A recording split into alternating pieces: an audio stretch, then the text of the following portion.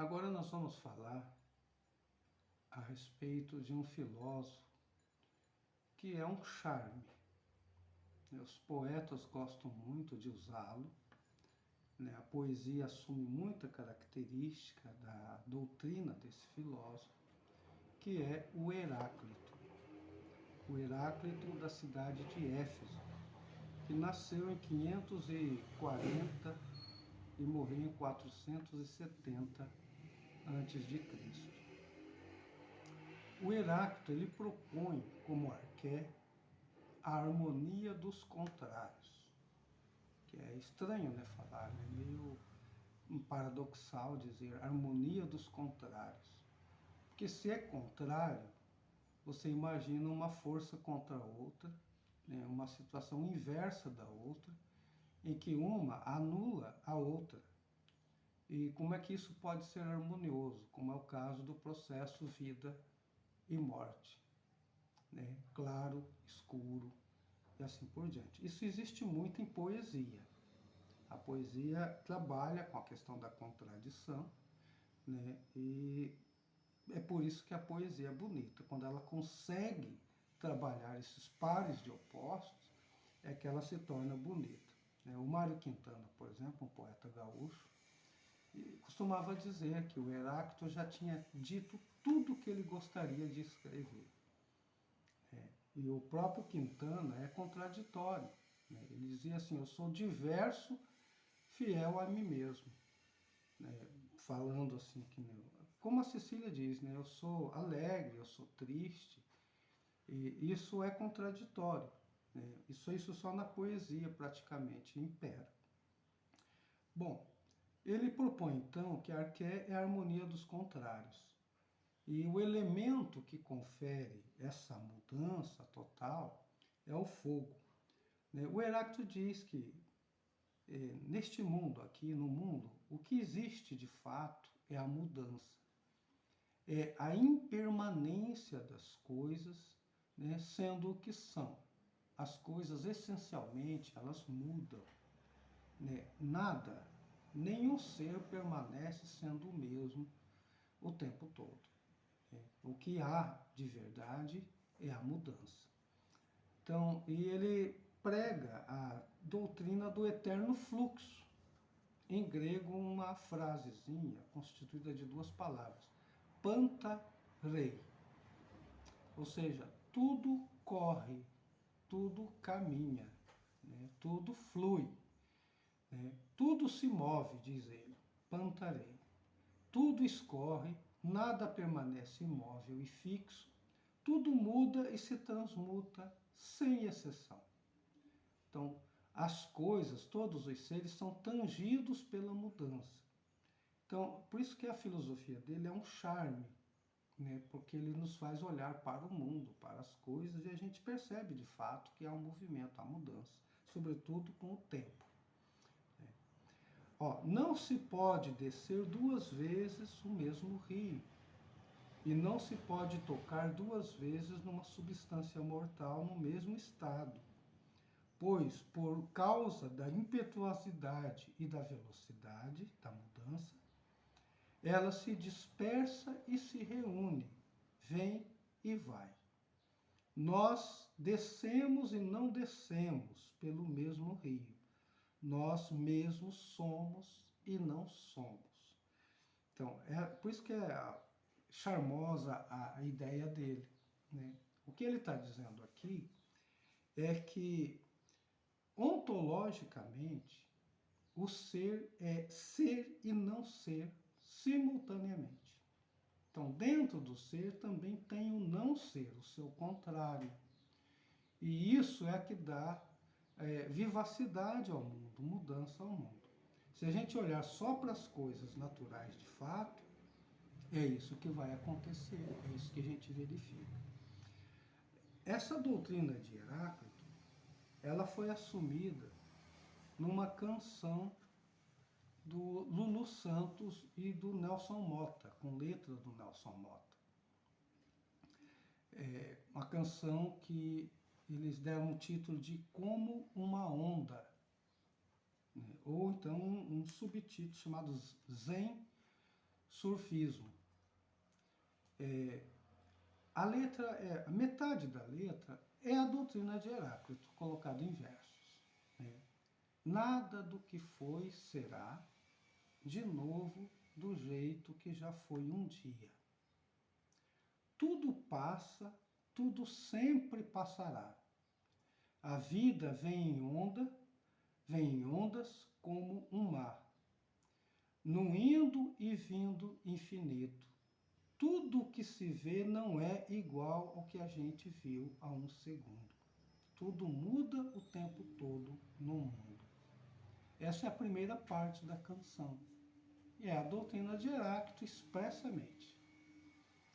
Depois, no restante da canção, ele vai trazer toda essa realidade para o sujeito lírico, dizendo que dentro dele as coisas são instáveis, né, como o momento amoroso, né, que é de um jeito, depois vai ser de um outro jeito, e que dentro dele as coisas estão como as coisas estão lá fora, tudo passando também. Né? Então essa canção tem. Tem outra do Lulu Santos, né, que canta ele também, que também pega essa questão da contrariedade, né, dos opostos de contrário. Agora não vou me lembrar da canção, mas trabalha também com esses pares de opostos. Né? Aqui na região norte do Brasil, tem um compositor e cantor chamado Nilson Lage, que também constrói uma música inteira só com pares de opostos, né? Claro, escuro, noite e dia, né? E assim vai indo. Né? Então, na poesia isso funciona bem e faz a poesia ser maravilhosa em sentidos, né? Rica, inclusive. Né? Bom, o que o Heráclito está fazendo é fazer com que a gente volte os olhos para a realidade que transita entre o ser e o não ser. Quando ele diz, nós somos e não somos, simultaneamente. A vida é sustentada, então, por mudanças contínuas. E aqui está o paradoxo, né? Porque ele está dizendo que o que há, então, é a harmonia dos contrários. O ser é aquele que está embrenhado desse movimento de mudanças. Né? Por exemplo, o ser humano, ou as coisas de forma geral, ao viver, também morre. Né? Vida e morte é um processo só. Né? Você está vivendo e está morrendo. Né? Você pode estar saudável e ali está em preparação e encaminhamento também a doença. E assim vai. Né? Aquilo que é oposição se concilia. Das coisas diferentes nasce a mais bela harmonia. E tudo se gera por meio de contrastes. Então, por exemplo, o dia está ligado à noite. E a noite está ligada ao dia. Né? A fronteira entre o dia e a noite a gente não sabe bem qual é. Sei que num determinado momento uma coisa impera que é o oposto da outra. Né? Olha só o que ele diz sobre a saúde. A doença torna doce a saúde. Depois vocês vão ver como isso que é importante, vai repercutir lá numa filosofia do Gadamer, né, numa filosofia de quem pensa a saúde. Né? A fome torna doce a saciedade e o cansaço torna doce o repouso. Então são pares de opostos que um faz a gente lembrar bem de outro, até com saudade. Não se reconheceria sequer o nome de justiça se ela não fosse ofendida. Essa é uma frase importante. No direito, a gente costuma dizer que as leis surgem porque os crimes existem. Então, as leis, elas vêm para poder, assim, bloquear ou, assim, impedir a continuidade dos crimes. Então, o crime provoca a justiça. Esse é um consenso que se há no direito. Né? A lei ela não é anterior ao crime, ela é posterior ao crime. É claro que, uma vez que tendo a lei para proibir certas ações, depois delas aquelas ações serão crimes. O ser e o não ser coexistem em unidades de opostos. Então ele diz assim, um fragmento dele: o caminho de subida e o caminho da descida são um único e mesmo caminho. Então, o caminho que você sobe é o mesmo que desce. O vivo e o morto, o desperto e o adormecido, o jovem e o velho são a mesma coisa, porque mudando, estas coisas são aquelas e, por seu turno, aqueles são estas ao mudar. Ou seja, então, numa coisa só teria essas duas facetas, uma contrária à outra. E é assim, então, que o mundo tem um processo de desenvolvimento. E aí ele vai dizer que o princípio primeiro é também divino. Né? Essa harmonia dos contrários é um processo que é divino. Então ele diz assim, ó, Deus é dia e noite, é inverno, verão, é guerra e paz, é saciedade e fome. Ou seja, essa força que gera a harmonia entre os contrários, ela é divina. Vocês percebam aqui que, mesmo tentando escapar do discurso religioso, eles voltam a esse tipo de mística aqui. Acontece isso também com Heráclito. E ele, ao colocar o fogo, né, dos 4 elementos, ele priorizar o fogo, né, o fogo é porque é a súmula daquilo que confere mudanças. Né? Tudo que é tocado pelo fogo modifica radicalmente. O fogo expressa de modo exemplar as características de mudança contínua, contraste e harmonia. É continuamente móvel, é vida que vive da morte do combustível.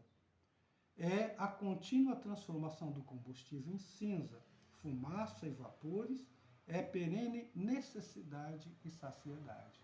Isso observando, por exemplo, uma acha de lenha, né, queimando no fogão. Ou seja, o fogo, ele vive daquilo que ele consome, como é todo o processo energético, né? Todo o processo energético baseado no calor vive daquilo que vai ser consumido, do combustível, certo? Então, o fogo para ele é raio que governa todas as coisas. Então, no processo de vida, né? No processo de progresso mesmo das coisas, né? O fogo é esse raio que governa todas as coisas. Né? Ou seja, tudo que é vivo precisa de uma certa energia, que é parecido com esse fogo. Né?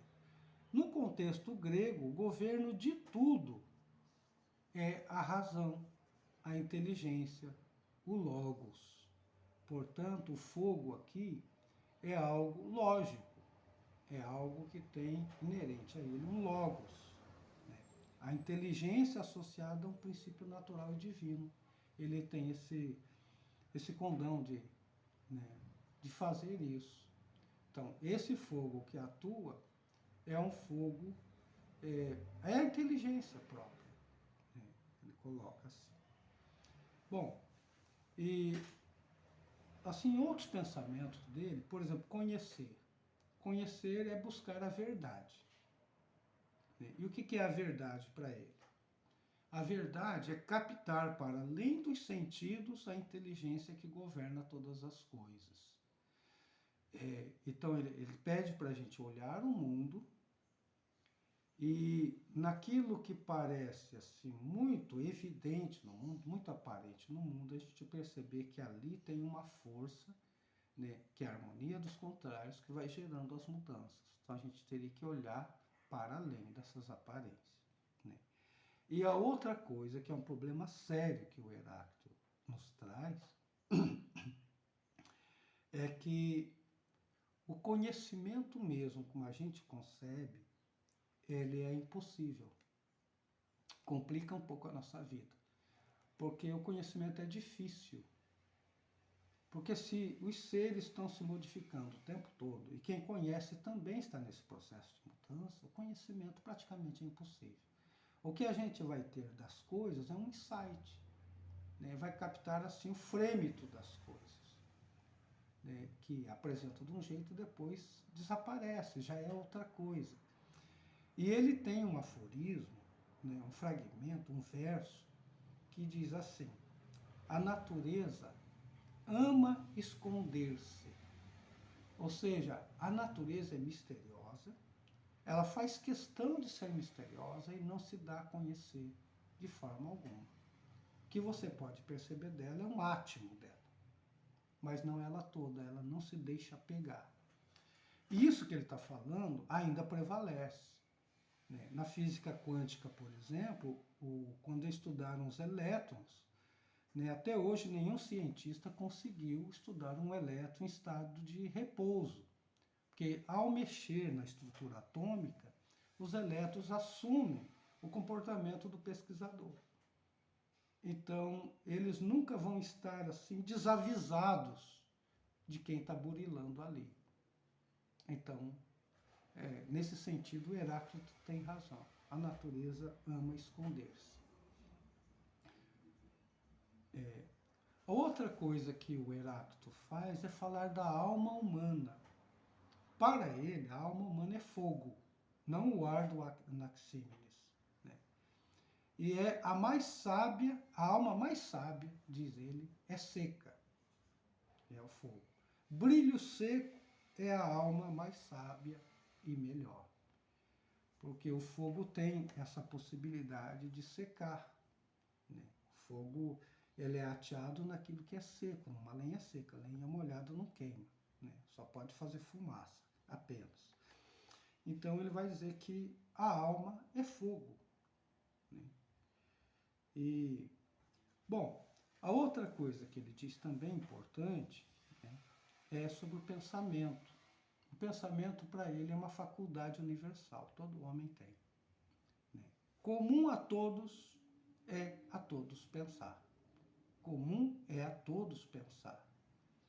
Procurei-me a mim mesmo, ele escreve, que depois, mais tarde, o Sócrates vai assumir como autoconhecimento de si, autoexame de si. Outra frase dele bonita aqui é: lutar contra o coração é difícil, pois o que ele quer compra-se a preço da alma. Ele está também aqui adiantando uma filosofia platônica e socrática, que é os amores carnais, né, os amores que a gente tem sensíveis, contra um amor, né, que seria inteligível, né, um amor mais puro, o amor à verdade, por exemplo. Né? Bom, também o Heráclito não poupa alguns médicos do seu tempo. Ele critica os médicos, né, ao escrever assim: os médicos, quando cortam, queimam e de todo modo torturam os pacientes, ainda reclamam o salário que não merecem, por efetuarem o mesmo que as doenças. Olha só a crítica que ele faz. O que ele está falando aqui?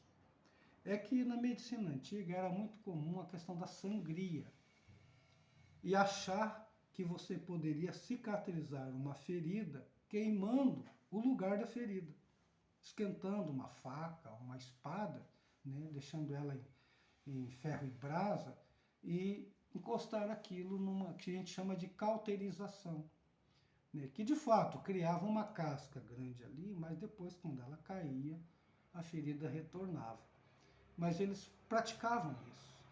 E o Heráclito está criticando esse tipo de medicina.